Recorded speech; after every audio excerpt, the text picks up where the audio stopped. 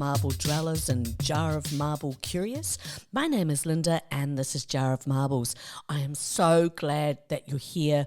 It just feels better when you are. Excuse me.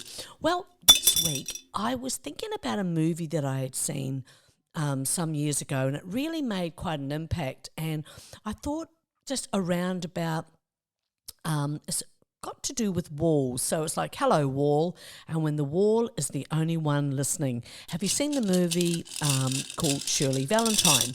It is led by Pauline Collins, who plays Shirley Valentine. So briefly, Shirley spends her days talking to the wall, or just wall as she calls it, as no one listens and she yearns for so much more. One day her friend Jane, who's played by Alison Steadman, invites her on a trip to a Greek island. Shirley jumps at the chance. She evolves and transforms to the point that her husband doesn't even recognise her. Now, upon landing, Jane ditches Shirley for a fling, which means Shirley is left to her own devices. Shirley wanders the island, meets a taverna owner who is played by Tom Conti, and begins to find the joy in life again. It ends with Shirley realising she had fallen in love with life again. While she had had her confidence bolstered again, which is wonderful, she hails as a kind of hero, as she did what so many of us would have loved to have done at certain stages of our individual lives. When I first saw this movie back in the early 90s, the movie came out in 1989, boy oh boy did it light up my mind. I'd been one of those young brides, married barely into 21 years of age, had no communication or friendship with my husband. While he was there physically, he disappeared pretty early in the relationship and I was left to my own devices. My story is so many people's story. I blamed myself for so long. I was so young and I had no skills regarding what it took to have a successful marriage. I had tried to get away, as in run away, from getting married, but it didn't work. He had been risen to believe that he was, or raised, I should really have said, it sounded a bit biblical, didn't it? He'd been raised to believe that he was the best of the best, and in reality, he had no idea who he was, and nor did I. I was not ready for marriage at all, and I got caught in that tidal wave and started talking to walls, or to myself, same thing I suppose, desperately trying to make sense of my life. Before long, children came along, and it only strengthened how confined I felt. The one that hears the truth of the truth was the walls, my walls. Looking back, like so many of us, I had no guidance, so no parent that was going to get in the throes of it all listened to me when I said, look, I just don't want to get married. Apparently, it was normal to feel like that when you don't want to marry your fiancé. That was the advice I got. Yep. My circumstances were, at the time, I was not in my home country and I'd met this guy the second day of my arrival. I was 20 years old, innocent, and just so far away from everything familiar. In reality, I didn't have parents that were going to come over and check that I was safe and who was this guy you've just met and you're getting married to. Makes me shiver in my slippers when I think on it. It wasn't simply that it was an error, because many of my friends had parents that would have been over in a heartbeat. We just never had that kind of closeness. I was one less person to care about or deal with, pay for, etc., even though I'd been financially independent since I was 13 years old. So I was going to learn my lessons through experiences, which is all of our stories, right, on this planet. So when the walls have ears and no one else is listening, it can become at least a safe place to hear your own voice. Get it all out of your head and say what you'd like to say, or work out what it is that you are actually trying to say. Easier said than done sometimes though, isn't it? Practice conversations with the wall, if you will. And somewhere along the line, or maybe we had been doing it for all our lives, only to find we have to realign ourselves in a way that makes us feel that we have an important life to live, important to ourselves, important to someone, somewhere. We must stop minimising and discounting our feelings, because we have every right to feel the way we do. It doesn't always feel logical, but they are always sound. Your feelings are always valid. Because when we feel something, you feel it and it is real. We may not know why or what it is, or maybe we do know, but feel we cannot do anything about it. We may be scared or completely in the dark as to what next moves are to get out of the mire. These are things we can wish away or ignore, It is there eating you alive and interfering with every part of your life. That sounds terrible. Well, it is, Bob, actually. It's the drowning out of the voices who may have tried to shame you into silence or had ignored you and don't have the capacity to stop or help you. It is the making up of your own mind to help yourself, and bit by bit you will see differences. I can only speak of my own experiences where I had to find something to hang on to, and it had to be solid. You have to let go of what you've been told, what you should or shouldn't feel.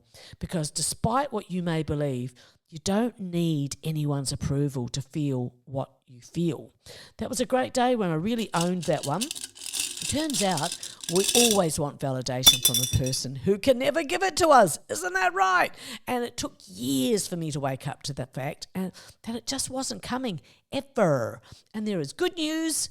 I didn't know that I could find it only within myself, because even if you have a great relationship with your son or your daughter or not, or your parents or a parent, you still have to find the stuff inside you. I just didn't know that it was a thing.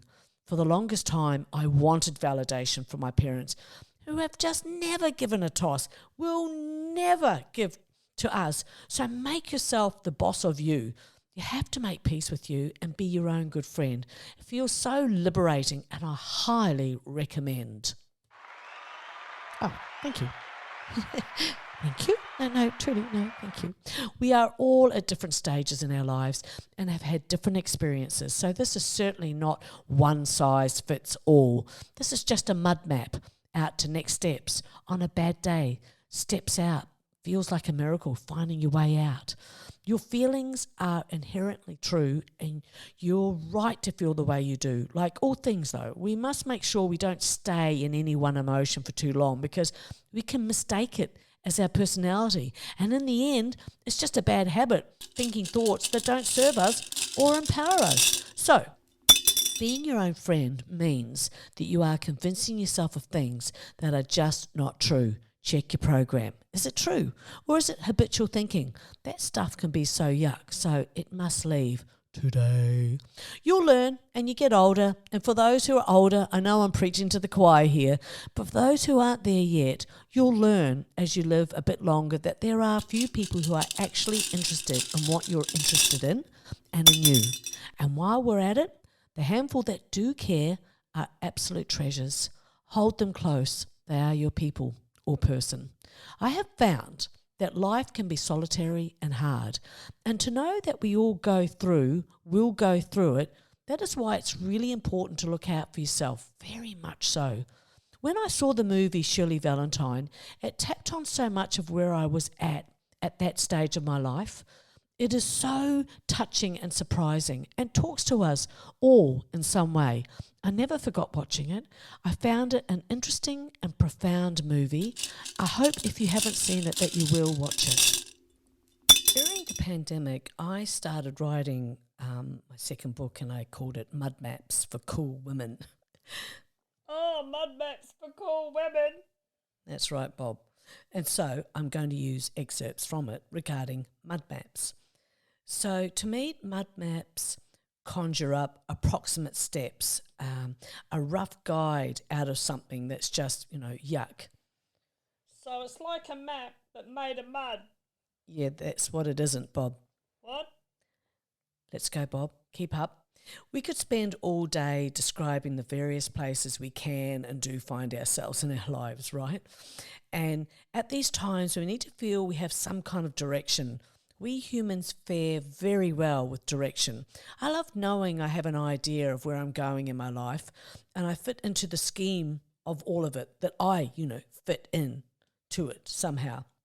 Having a direction in life means having goals to make progress slowly and reach your destination in time. However, it's not always easy to set goals that you can actually achieve, and this is where you need to recognise your direction, the right direction, to live up to your purpose. Depending on where you find yourself, it may feel too hard to find a for sure direction. I think too much emphasis can be put on the goal. Is it the word the or the word goal that can run shivers up the spine? I think it can feel like another thing we've got to do. Hence why I came up with mud maps. Nice and simple. It's an average feeling to feel like you've somehow missed the boat, and sometimes it may be many times missing that damn boat. If you're not a sea lover, you may have missed several buses or Ubers or trains. Either way, it just isn't fun feeling like you've missed, a point in your life where if you'd only done that or gone there or said this or that things would be different. And I often have used that analogy for myself over the years, going, yeah, well, I missed that bus. And sometimes it is exactly what is supposed to happen, I think. Well, probably all the time, really, because there's something better meant for you, and only time can actually show that. So first of all, we have to find ourselves out of the mess, don't we, which is in our minds. And through various repeated activities, the beauty of the mud map can be seen. It's baby steps. Let's get out of the horrid feeling of feeling trapped or invalidated or whatever it may be. We can get on track pretty fast by following a mud map, and then you can move into next steps. So first questions I'd be asking myself is, what brings a smile to my face? So what brings a smile to your face? What improves your mood? When you were younger, what did you see yourself doing when you were older? Is there a job that someone's talked you out of doing? And what is your spiritual belief, and are you practicing it? Close your eyes and visualize how you would like to live your life. Try not to limit it. Just go wild, marble dweller. For the true marble dwellers are not limited by others' thoughts about you or your life. You know the real truth, and that is all that matters. An excerpt from Mud Maps for Cool Women is, set a task for today. When we're feeling overwhelmed, it is easy to fall into a heap and lose a day, and in truth, lose days, weeks, and long stretches of time, believing a series of loop thinking. Once you admit this thinking and how it does rule your life, new understanding and willingness to eradicate it will enhance your everyday. These words could be a step towards a better life for you. We humans tend to forget what we know is true and then commence with the behaviours that corner us. It's a terrible loop, and truly you can change it. Love yourself enough. Have 1 hour where you consciously think of only how you want your life to be. An hour, when said, doesn't seem like long enough or maybe too long, but even the act of putting time aside for yourself feels really good. It's mud map material. I've used this mantra below, and it has helped me when I have been alone and no idea what to do. I read it both out loud and to myself when I've needed to, which was a lot. And it is this: I admit that I am powerless over this problem. I've tried to solve it every way I know how, and I can't seem to get anywhere. I feel stuck and helpless. But I recognise there is a power in the universe that is greater than myself. I turn this problem over to that higher power and ask for it to be resolved in the best possible way for my highest good and the highest good of all concerned. And then just leave it out there. And do you know, when I've just had my back completely against the wall and I just say those words, it did feel good. It sort of felt like someone was giving me a helping hand. It was like washing my hands of it. I don't know what to do moving forward, so I'm just going to leave it out there and just walk away from it, because, you deserve peace. You are important to so many, and we all have to start somewhere, even if you feel like you have had to start over many times before. Me too. There wouldn't be a person on this planet that hasn't had to try something again and again and again. Things come together at particular times, and then one day it just all seems to lock in and you just feel better. So there can be some kind of road ultimately that seems to unfold, and it will unfold and it will make sense, and then it changes, and then it can feel like everything is just very still. I'm putting myself on the line here because I have lived with this for decades and want you to know that you are not alone. You are not a burden, and that you truly matter. We all do. It is so important that what you are filling your head with, I have become a very good gatekeeper and am monitoring myself a lot to make sure that there isn't any silly thoughts or old thinking getting in. And when I say silly, I mean thoughts that are just plain disempowering. So, out! I would actually like to repeat that last paragraph many times because it is so important. Check your self-talk. Talking negatively to yourself does not serve you. Make an area for your negative thoughts, like a journal, which you're going to use. Yes? Okay, good. Where you can write corrections, and it's important to write down first the negative thought. You might recognise that you've been thinking this and believing this for years. That's a win. It's like, hold on a minute. I have been doing this for a really long time and I just didn't realise that I hadn't faced it. And when you see the written word in front of you, boy, oh boy, it's like, okay, time to root that out. I cannot stress how important this is. You really got to track the rubbish you believe or think you believe, and it makes you feel bad. So there's your first clue. That is not coming onto the mud map. We're going to use the mud map to get away from all that. We want to think what we are thinking a lot about. And if it upsets us, by slowing down those thoughts and hopefully stopping completely, you are already mapping yourself out to a better life. Baby steps. Another tip is watch comedies. Laugh. Laughing changes your biological cocktail, doesn't it really? You know? Oh no, that was a bit of an applause. But you know, you know what I mean, right? So was it that one? No, it's not that one. What about this one? There you go. Anyway, so laughing changes your biological cocktail, sends positive messages to your 50 trillion cells that are in your body, and you feel great. Life has perspective again. But this whole business about journaling, I also write in my book about developing the habit of journaling. It will help to free your mind. The written word holds much primal power. Reading back even last week's entries will show your progress and your mud maps out of nonsense thinking, and that just feels so good. I have believed for the longest time that if we are taking ourselves and the world too seriously, then we are off track, because when you feel light, you're laughing and you're feeling great. How different is your outlook? You feel hopeful and happy, and that's the one I aim for.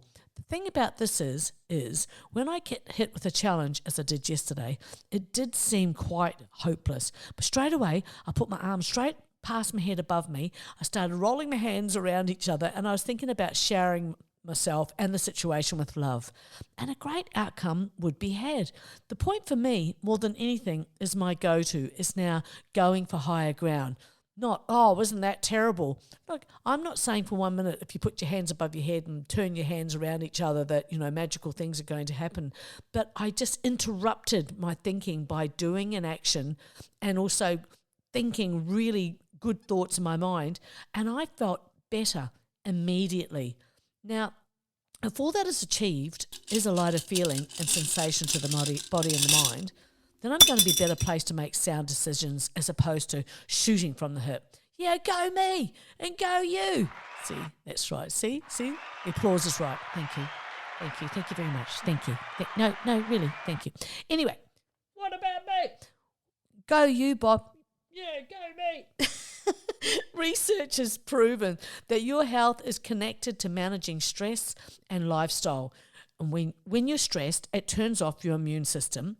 And usually lifestyle can involve too much processed foods, which is shocking for the body. So there lies the beginnings of all sorts of health issues that would not exist in your body if we weren't stressed out most of the time and eating the wrong foods. These changes would make such profound differences, and even you wouldn't know who you are. You'd be going past the mirror and going, who are you little special you? Who are you? And you'd have to say, that's me. All right, or you. So all the more reason to have a mud map out of the quagmire and onto the road that be your authentic life. Marvellous stuff, really. Honestly, it feels like it had taken forever to find all of this, and maybe more honestly, quite frankly, to then actually apply it. We have the inspiration books, we've listened to the audio books and watched docos, but do we apply what we learn? We all need to feel better. When you're feeling really low, it doesn't help. It just feels yucky, doesn't it? But when you're feeling better, it's just like, yeah, baby, yeah. Baby steps. If I am to be completely frank, Harry and George, there was a time when I was so tired of just being pissed off and outwardly cynical. Inside beat a heart of hope that had been what felt like trodden on and misunderstood too often. Now, we are talking quite some time ago, but I'm just glad that I journaled it so that I can look back on it and go, right, and then ended up being, in my book, which is nowhere near finished. This is not, some like, hey, I got a book. It's just that I looked at it and I thought, hey, this would be really great for this podcast this week.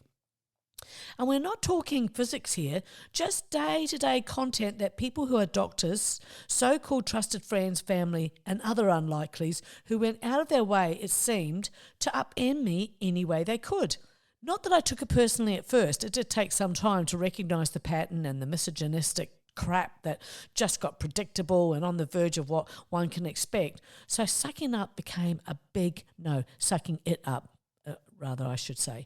It felt like ground zero with no emergency exits and a pile of rubble to climb over. Instead, I started implementing simple maps to initially feel better, and I did. I researched and read loads and gathered information that made sense to me. I bathed in my own history and remembered courses of action that had actually helped. I realised that I had a series of mud maps that will help you, and has helped me. Look, I just know that it'll help you too, to find your own road. And let me promise you at least one thing. There is a road, albeit a bit muddy at first, but it's there and it's yours. So join me, my secret society of people who are not accepting their lot and aspire for much, much more. And I mean much more. Dream those dreams and walk towards them. You have the best ally, and that is yourself. Believe in you. Trust in you and go for it. See you on the road, because there is so much more to come. Hashtag mud maps. What would I have given to been presented with a mud map to have helped to navigate the last 20 years? I could never have foreseen what was going to unfold, particularly with adult children, grandchildren, yourself growing older and all the adjustments that come with that. None of it obvious, and it would seem no real preparation for it. I was thinking of mud maps that I'd come up with years ago, and fortunately wrote it all down to help myself and hopefully others. So that time has come again where it's the end of another podcast. I'm so glad that you've come along. It's always lovely that you do. I hope that you've got a lovely week ahead, and say good day to the family and the pet squirrel, and I'll see you again soon. Okay, bye.